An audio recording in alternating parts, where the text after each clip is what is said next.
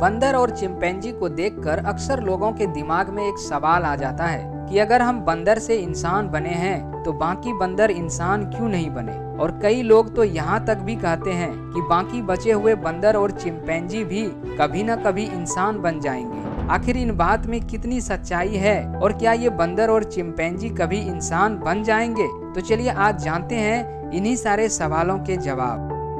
अगर मानव डीएनए को बंदर के डीएनए से मैच करेंगे तो देखेंगे कि केवल 93% मैच होता है, जबकि चिंपैंजी से 99% तक मिलता है। ये जानने के बाद हमें लगता है कि हमारे नजदीकी पूर्वज बंदर ना होकर चिंपैंजी रहे होंगे, लेकिन ये बिल्कुल गलत है।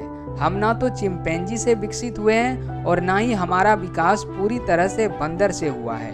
विकास की प्रक्रिया में बंदर और चिंपैंजी हमसे जुड़े हुए जरूर है, लेकिन हमारा रिश्ता इस प्रजाति से बहुत दूर का रहा है। एक रिपोर्ट से पता चला है कि लाखों साल पहले इंसान और चिंपैंजी ने एक ही सोर्स में विकसित होना शुरू किया था और वो सोर्स था होमिनिडाई। कहा जाता है कि ये प्रजाति हमारे साझा पूर्वज थे। शरीर से ये बंदर और इंसान दोनों ही तरह के दिखाई देते थे। ज्यादा समय पैर पर रहने के अलावा ये झुककर चलते थे। हालांकि इनकी सटीक शरीर की बनावट कैसी थी वो किसी को नहीं पता, लेकिन एक बात तो तय है कि इंसान और चिंपैंजी को विकसित करने वाले प्रजाति यही थे।